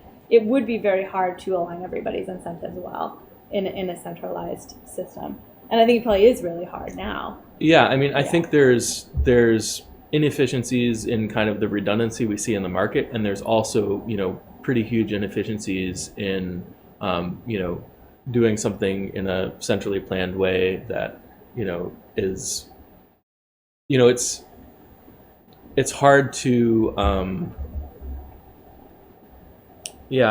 mean, I like. Maybe just a comment on why you need voting, for example. Like, so there are situations where everybody acting in their individual incentive is a disaster. Those are called like tragedies of the commons, for example. So like you can't solve everything the way I just described, but you need some things to be centralized. That's just one example of things you need to be centralized. So I'm not claiming but in the cases where you can get a good outcome by everybody acting in their own individual incentive, which is like a subset of cases, that's where I think these smaller chunks is better. I think we're thinking of two different groups here. When you say everyone acting in their own individual incentive, are we talking about consumers or suppliers? So right now I'm saying there's segments of the market where I personally think that, roughly speaking, companies acting in their profit maximizing interests and consumers acting in their own interest of getting the goods they want by spending their money kind of align, supply and demand pretty well, and that actually can work really well. Aligns even better with the basic income. Right. Well, it only works for the people who have any money in that system, and in that sense, money is your voting power in that system, right? So like that's a huge concern. I think what I'm thinking of in terms of planned economics would have more to do with planned supply side economics than planned demand side. So I wouldn't be saying you get 12 shirts. I would be saying you get however many shirts you buy. Right. And the agency that's producing those shirts is right. But I guess I'm worried about the incentives of the individual humans in the agency that's producing it. So like right now, that's where my kind of like chunks argument was coming in. Like the smaller those chunks, right now, the better if you're a factory worker at a plant that cans peaches, let's be honest, how many of those factory workers really give a damn about the I agree. Of that factory? But I'm saying that problem is only going to get worse if you make the also bigger. those factory workers are going to get fired if they, don't. I think the government bureaucrats could also be fired if they. I mean, but who's it? Why are they even incentivized? Who's incentivized to fire them? Right. It's not like the government's going to get shut down if it fails to profit. Or right. Something So like there's that. big incentive. So I have a time. Yeah. Do you like the tea? Do you like the subway system here? Decently. Decently. Depends. I don't always take the subway, but yeah. It's not great. It's valuable to have financial incentive for employees as well as people who make very big decisions. At the same time, you're right if you have a concern that things are kind of going out of kilter. Larry Summer, a couple of years ago, put out a paper that really did not see much attention by anyone. And he was talking about how the Federal Reserve has a dual mandate for employment and preventing inflation. It's sort of the constant battle it's trying to decide on what to do. And his paper, which did not get nearly enough attention, said that we might be entering things to say structural changes in the economy, which is really a subject matter that's kind of dropped off in the mainstream. Due to these changes, we're entering a state where we can only achieve full employment when the Federal Reserve is also accidentally creating inflationary or speculative bubbles. And if you're concerned that some of these banks are perhaps not using their fantastic access to the Fed correctly, that seems to be true based on some of the various speculative bubbles we do see these days. I would agree with that. But I would it even. worked Sorry, go ahead. back in the day, whatever you want to call that. But if you think of, say, industrialization in the 1960s and 1970s, the gains made by every single investment is huge. Huge gains. Oh, that's And because that's kind of declined now, you could say. And that's why I think Larry Summers is concerned about this sort of overheated economy. that's because there was low-hanging fruit in the 60s and 70s, but now it takes so much more investment to create a substantial increase in like efficiency of air conditioners or whatever. The first automated, sawmill worked a hell of a lot better than the manual one that came before it, but we are seeing sort of in gains. There's a conventional Marxist response to that sort of thought, which is that the industrial gains under capitalism were huge, and Marx would be the first person to admit that. And the conventional Marxist response would be that what you have typically are stages of development within economies. So I don't mean to say that every economy follows this necessarily, but you had feudal economies which would develop into more industrialized capitalist economies, which you would claim eventually one day, hopefully, might have developed into something closer to socialism or communism. And what you're describing sounds like, okay, we've hit this stage of the industrial capitalist economy, and when we were entering into that stage, it was very profitable relative to the previous mode of production. And I think my point on top of that would be great. I think the next stage forward would be to do the same thing that capitalism was doing, but more of that, and enter into this next stage, which I would call socialism. I didn't totally follow that because it seems like there's been lots of waves of like gains in different technology sectors, like in the late 1800s. It's not about technology. It's about change in the way the economy is structured. So I think industrialization was a technology that enabled this change. But what really the change was between it being efficient to have lots and lots of decentralized communities producing things, to it being efficient to have factories and railroads that could ship things between places and stuff like that. More like economy of scale and centralized planning. Economy of scale, yes, but also going back to centralized planning, like what you're describing is previously very decentralized economies becoming much more centralized, and that being massively more efficient. Consolidation. Yes. So what I'm describing is, hey, why don't we do more of that? And I guess what we were talking about is like some of the concerns we had with, I guess, we already are. Pepsi and Coca-Cola are on the verge of highly automating their entire factories. They're planning to do substantial reductions in headcount. They're already automated. The question is, they own it, and it's not necessarily public good. I think I might argue that the incentives of the government, which I can sometimes agree or disagree with, and that's a whole other debate, but the incentives of the government are probably closer aligned to that of the people than the incentives of Pepsi. It sounds like communist talk to me. I am communist. He is a communist, yeah.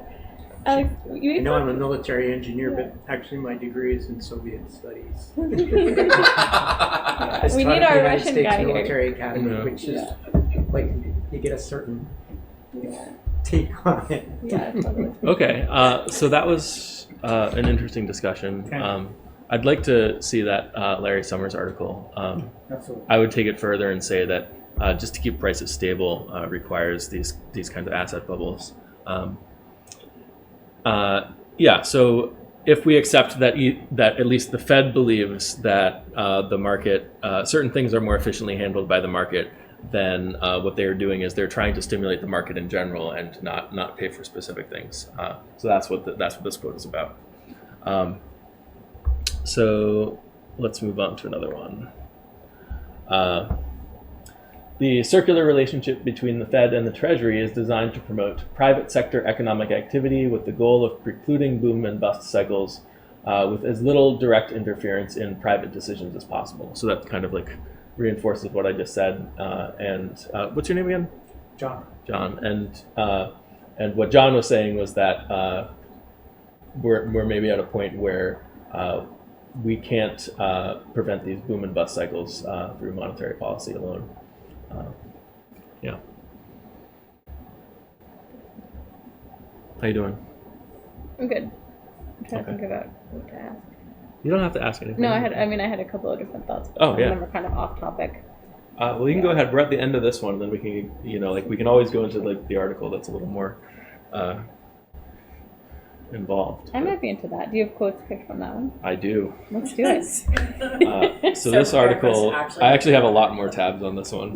I have that many tabs. I was like, oh, you don't have that many tabs this week, but I was so. Yeah. I was gonna recommend this one, but it would have been way over. So the article is called, it's from Barron's, and it's from less than a month ago. How the Treasury could help free up the Fed. So here's the first quote. Federal Reserve Chairman Jerome Powell told the U.S. House of Representatives on Wednesday that the central bank's balance sheet will likely stop shrinking later this year, and that we'll be announcing something fairly soon. So what they're talking about here is after 2008, the Fed bought up a lot of kind of assets that it doesn't normally buy, like longer term Treasury notes and bonds and other private sector assets. And they've been steadily trying to get back to normal by selling these off.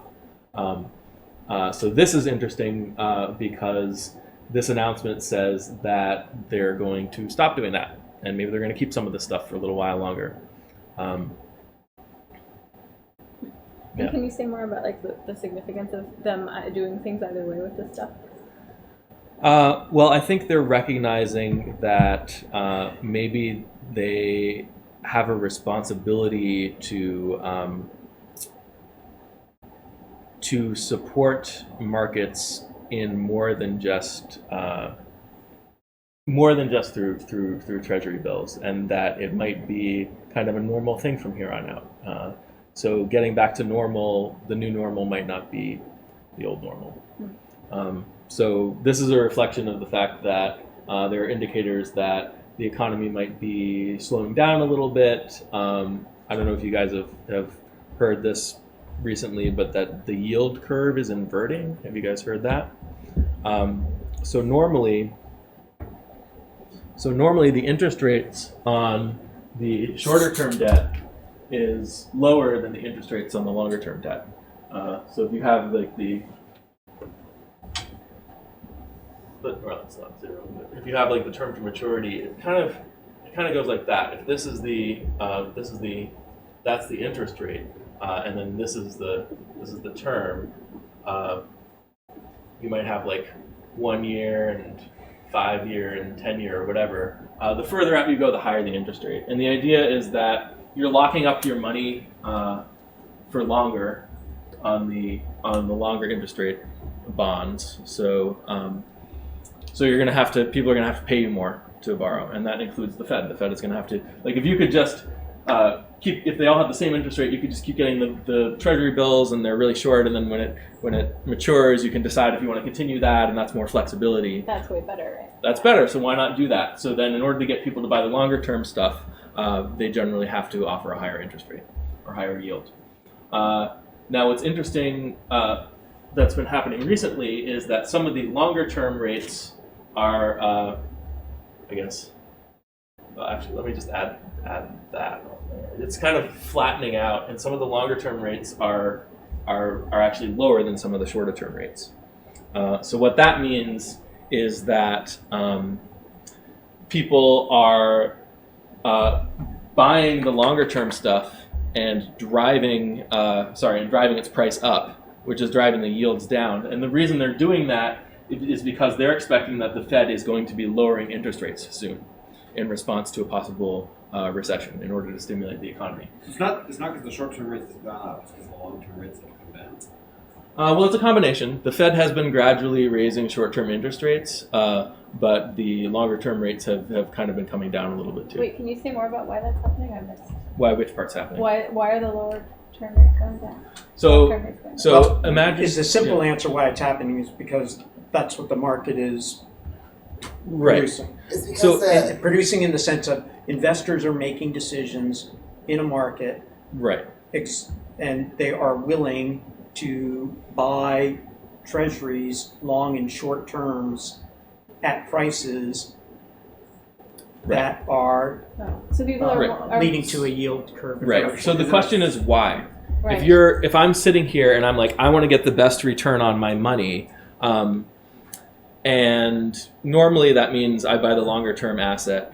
But if everybody's worried that the interest rates are going to come down and those high interest rates aren't going to stay there, Oh, then I want the long term. then people are still going to buy the longer term asset, and it might even drive the yields on that asset down below what the shorter term was, because you're worried. They think the shorter term if you got change. Yeah, if you got the shorter one now and then you rolled it over, now interest rates are a lot lower. That's even worse. I understand. So they're anticipating potentially the Fed lowering interest rates kind of across the board. So they're trying to lock in not the highest rate that they can get right now, but the highest rate that they think they're going to be able to get into the future. I understand. That's really interesting. Yeah. And why do they think that a recession is coming, or like why do they think that's going to be happening? I mean, we've been in kind of like a. For instance, with the trade war, it's costing people $1.3 billion a month, and the economy is just people are laying off. Like we did the international trade, was it last week or the week before that, and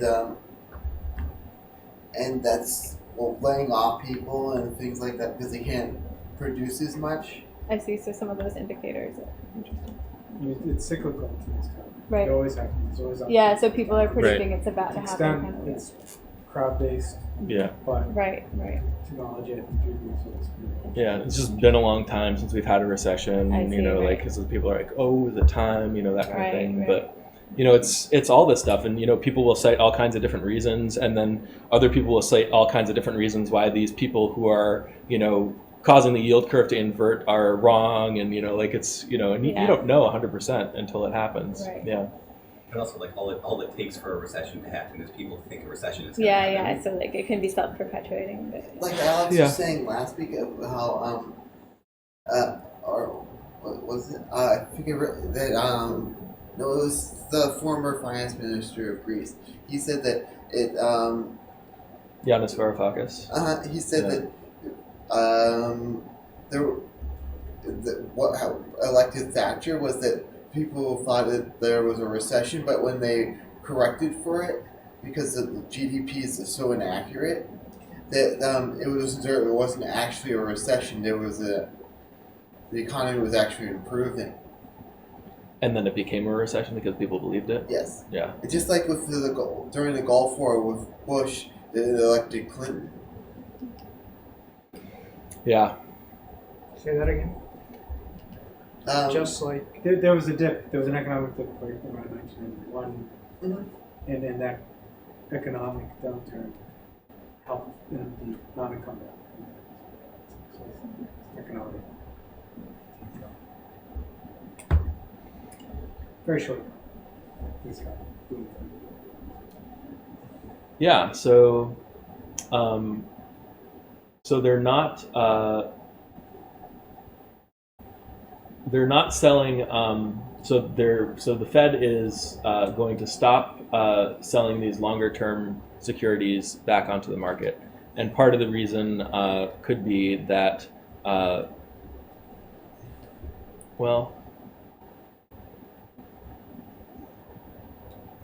don't know. I was just going to make a point that's wrong. No, which I've never done before. It's so weird.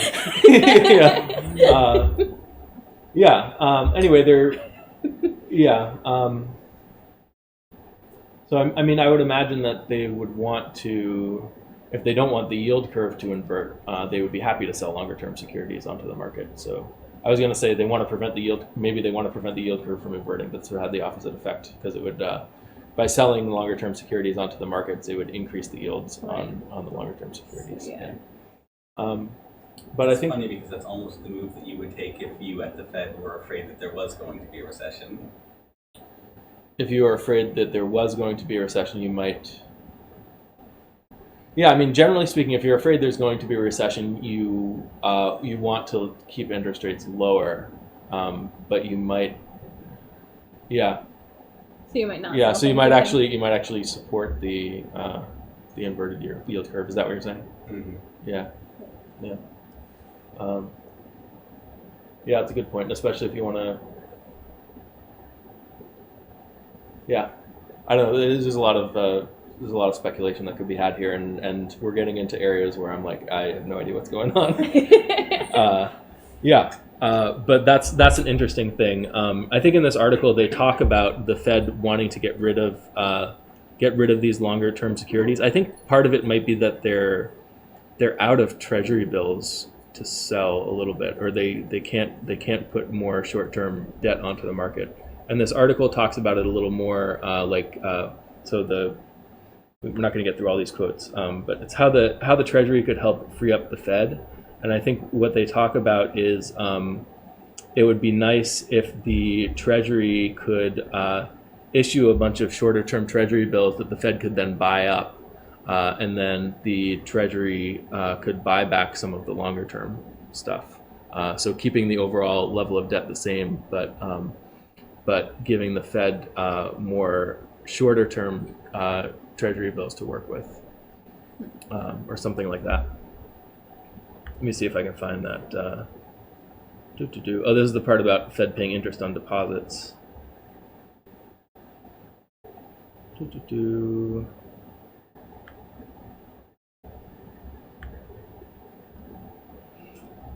Right. So this is what I was talking about. Let's scroll up a bit. Okay. For most of its history, the Fed paid no interest on deposits, so those obligations were functionally equivalent to currency. So we were talking about this a little bit before. That changed in October 2008 to prevent interest rates from falling below zero. The result was that bank reserves effectively transformed from zero interest liability resembling currency to a floating rate liability like Treasury bills. Ironically, the Fed has been paying, here's what the problem is. The Fed has been paying a noticeably higher interest rates on its deposits than the Treasury has paid on its short-term debt over the past 10 years. So we talked about the interest on reserves being equivalent to something like Fed bills, but the Fed doesn't want to necessarily be paying that much interest on reserves, so they would like there to be more Treasury bills in the market, so the interest rates on Treasury bills would maybe exceed the interest on reserves, so then the banks would actually get Treasury bills back onto their balance sheets instead of just holding onto reserves and collecting interest from the Fed. So I think that's the issue. Why do they care? Which of those things would make this? I mean, in terms of like the Fed has like certain restrictions that we haven't talked about, like they're supposed to be profitable and that kind of thing, and if they're paying an interest, that can be a problem for them. In terms of the economy, it doesn't really matter. Reserves at the Fed or Treasury bills, the banks don't care, right? They're just going to take the one that pays the higher interest. But this is like logistically allowing the Fed to be more flexible because they don't have to pay interest, that kind of thing. There's a reason why I didn't choose to have everyone read this article. So then they're saying the simplest approach would be for the Treasury to consolidate the Fed's balance sheet onto its own. So they basically issue Treasury bills and then use the proceeds from the Treasury bills to buy back the notes and the bonds. So that's the longer term stuff from the Fed. This would also help shrink the Fed's overall balance sheet because now there's Treasury bills out there on the market, and the Fed, instead of having to, at the top, like we said, instead of Jerome Powell having to not sell off the Treasury, the longer term Treasury debt, he could sell it kind of back to the Treasury again and then swap it for shorter term stuff. So yeah, I mean that's just kind of like a taste of kind of how deep and complicated you can go with this stuff, and some of the stuff in this article is over my head. I feel like we haven't plugged money in banking in a while too. There's a great online course on Coursera called Economics of Money and Banking, taught by Professor Perry Merling. He was at Columbia University at the time, but now he's at BU Pardee School of international studies. Yeah. Yeah. But he's great, and it goes it's- through like some of the stuff with the Fed and the. it's a ton of yeah. it's a ton of fun. He talks about like the Treasury. nature of money. Everyone is a bank. We all create money. That kind of thing. It's Yeah. it's a blast, and he's It's really he's a good. historian too, so he gets into the history. We didn't talk about any history tonight, but the Fed didn't exist until 1913. Right. So And he talks about There's- how like the Bank of England, which branch of it kind of becomes like a Fed even as a private entity at one point. yeah, so I mean Yeah. the Bank of England started as a private bank, and then it evolved into England's central bank, and he talks about the history of They had that. a competitor. That was the interesting part when there was a point. Is that where they got in a effectively fight? The Where like people punched each other and stuff. the Bank of England was founded in part with the help of the person that later became the first Prime Minister of Britain, Okay. and it was an alternative to a couple different financial institutions. Its rival institution won that fight, and then became so large it encompassed more money than existed in Britain, and then collapsed. There was a giant bubble, and everybody hated them after that, and so the Bank of England won. It's Yeah. just like with there being the kings with the legal system. There used to be multiple legal systems in Britain, but then the King's Law won out because they had precedents and whatnot. Okay, so we're getting toward the end. So my hope with this is that it's demystified a little bit of how are we going to pay for basic income. The government can essentially decide how much money is in the economy and all of that.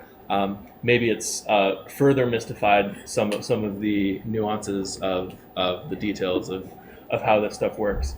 But I do, we're not. In order to pay for a basic income, it's not like where do you get the money from. It's does the economy have the capacity to productively respond to it? And this is all. People will bring up, like, oh, but what about the debt? What about taxes and what about all that stuff?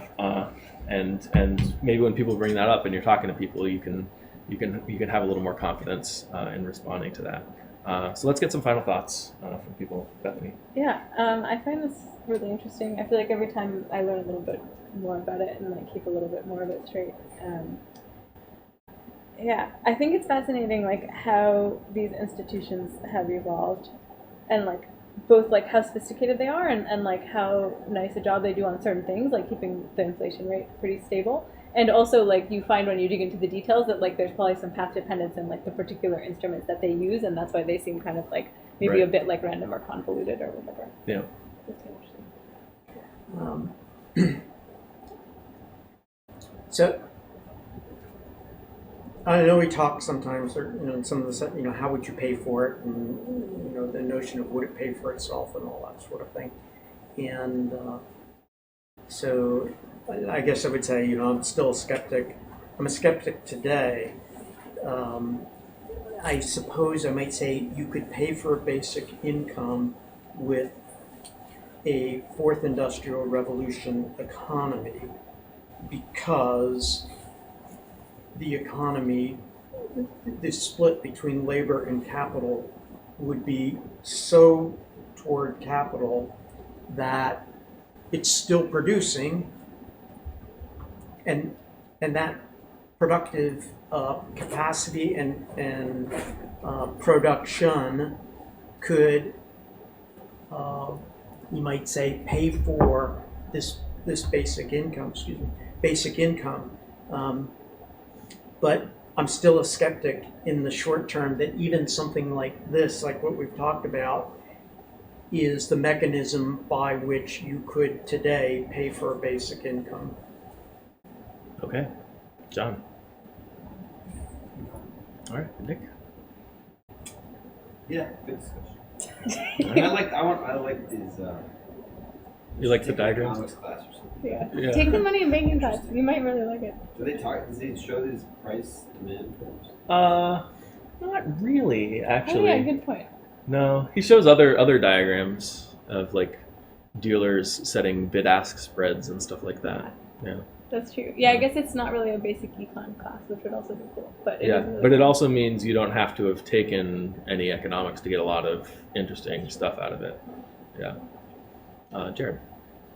So what I was going to say, and I think this feeds into what you're talking about a little, because it sounds like, to put that in terms of what's on the board, what you're concerned about is the downward shift in that A line there, where you're concerned, am I right in saying that you're concerned that the degree to which people will actually be producing in today's world, if we had a very high basic income, would overshoot the increase in C, or?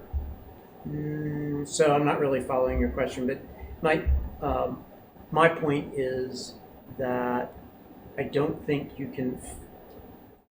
What I throw out sometimes is, if you could fund a basic income, could you today fund retiring the national debt? And what I've suggested is, and I know you know, but what I've suggested is, and because the point is that some would say, wait a minute, you would never want to retire the national debt. I mean, or you're Dick Cheney, and Reagan proved that deficits don't matter, and there's different points of view on all this kind of stuff, right? But my point is, if today you could find if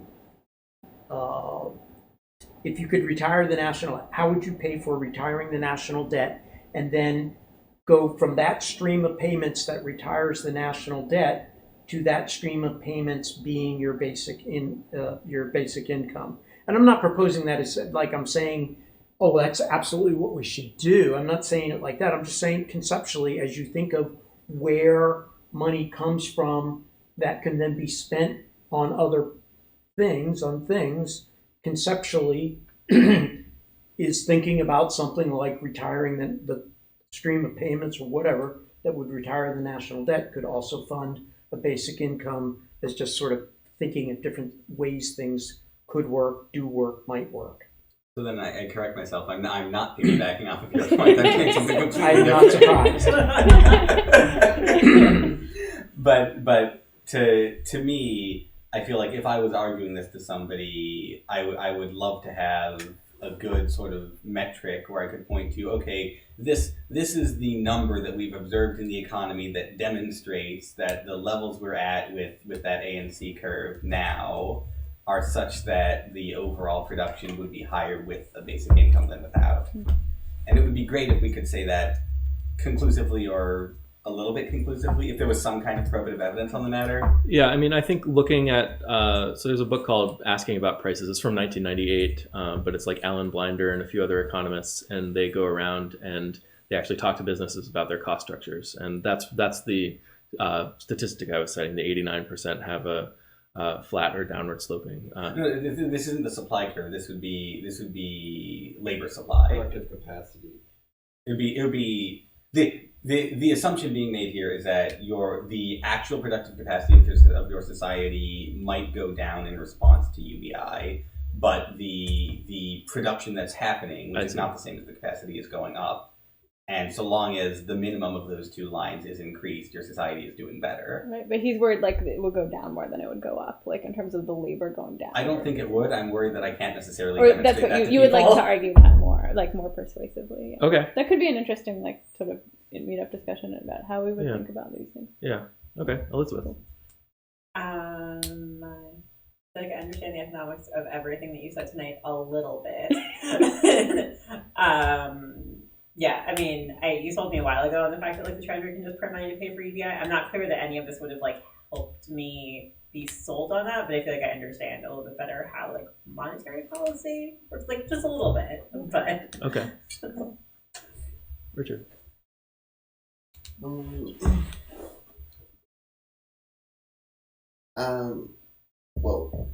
having a basic income, it would be cheaper than there being poverty and recidivism and prisons and things like that, because if you have a basic income, you don't have to pay for a homeless person going to the hospital, which just costs $30,000 a week or something like that, or the recidivism of it's $30,000 a year for that, or it's $12,000 for a basic income, or the child poverty, their stunted intellectual growth and things like that, which lowers how productive the economy will be in the future, or yeah. Things like that. Yeah. Steve? This is my first time here. This has been awesome. All I can contribute, I think, is that we're using the example of cars, which I think is not a good thing to use because there really are $1 million cars. So I would go with something like washing machines, where even the richest people don't buy washing machines. Yeah. Or we should invent the luxury washing machine and then solve everybody's fiscal problems. Yeah, we did use a specific example that kind of highlighted this Right. effect, Yeah. and it's not going to be the Yeah, same. but for- there are clothes folding automated robots, and so you can have There you that included inside of the washing machine or whatever. All right. Great. And Mitchell says he wants to acknowledge all of us and Oh, thank thanks, us for the Mitchell. discussion. And that's it. Thanks, guys. Thanks, everyone. This is good. Cool. Next week is we're talking about the Great Oh Depression. yeah, that'll be interesting. Yeah.